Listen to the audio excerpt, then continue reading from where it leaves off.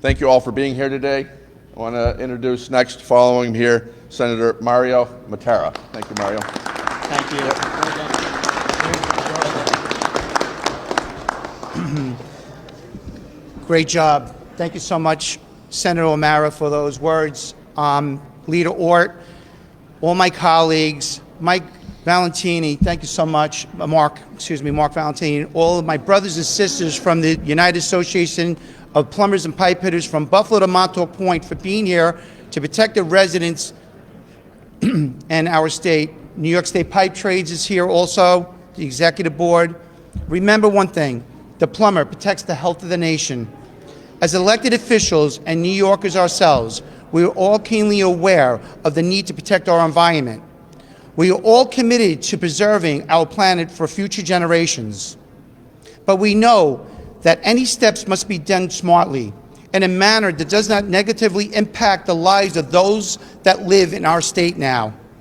As a labor leader, we are keenly aware of how policies that are crafted in Albany impact the hardworking men and women of labor and our state.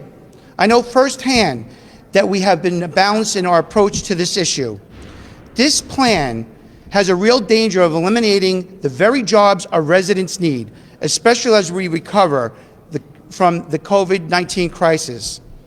Banning natural gas has been proposed, and this plan will be disastrous for those in the plumbing industry. And it is unnecessary since natural gas is one of the cleanest source of energy, a safe, reliable, and lower carbon fuel source that is a necessity for our state and for our residents. This scoping plan, as is now, will harm our workers, our residents, and our small businesses, and we need to do better. This is not a union, non-union issue. This is a bipartisan issue that we must work together. We need to do a real cost study, like a Cornell study, to see how this plan impacts every segment of our state before New York takes action. This plan will impact every resident of New York State, and there is no reason we have to choose between harming our families and our workers and protecting our environment.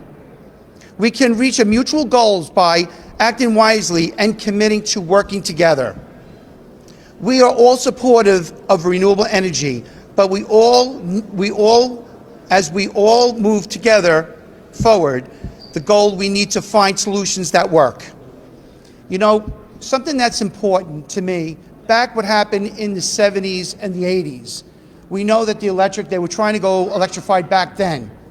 And you know what happened? There was incentives that were put in place, and you know what? As a plumber, I would go to people's homes and make sure that they would say, what do you think I should purchase in my home? And I would say, always go with natural gas. It is our natural resource that, in other words, that is renewable. It's great energy. It is clean energy. But you know what? The electric, that time, with those incentives, did not work. So you know what? And then all the people changed over to natural gas.